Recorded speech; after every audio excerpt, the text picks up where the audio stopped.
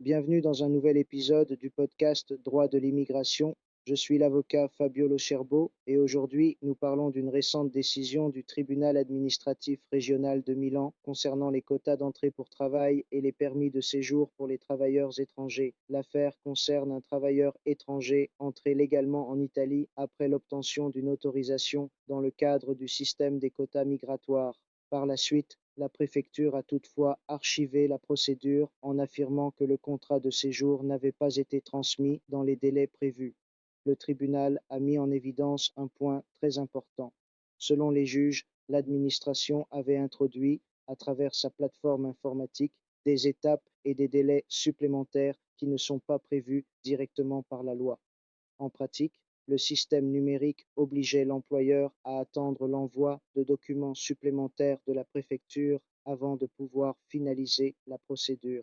Et c'est précisément ce mécanisme informatique qui a ensuite été utilisé pour justifier le rejet de la demande.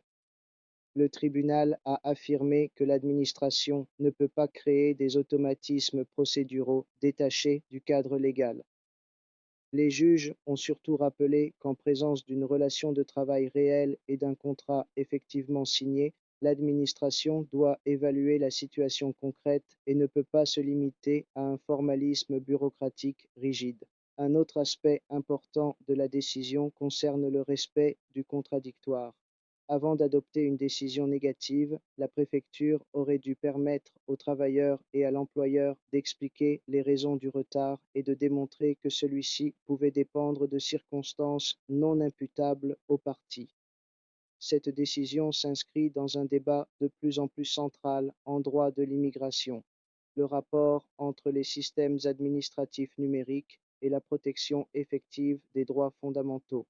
La technologie peut aider l'administration publique, mais elle ne peut pas devenir un instrument de restriction des droits garantis par la loi. Merci d'avoir écouté cet épisode du podcast Droit de l'immigration. À bientôt.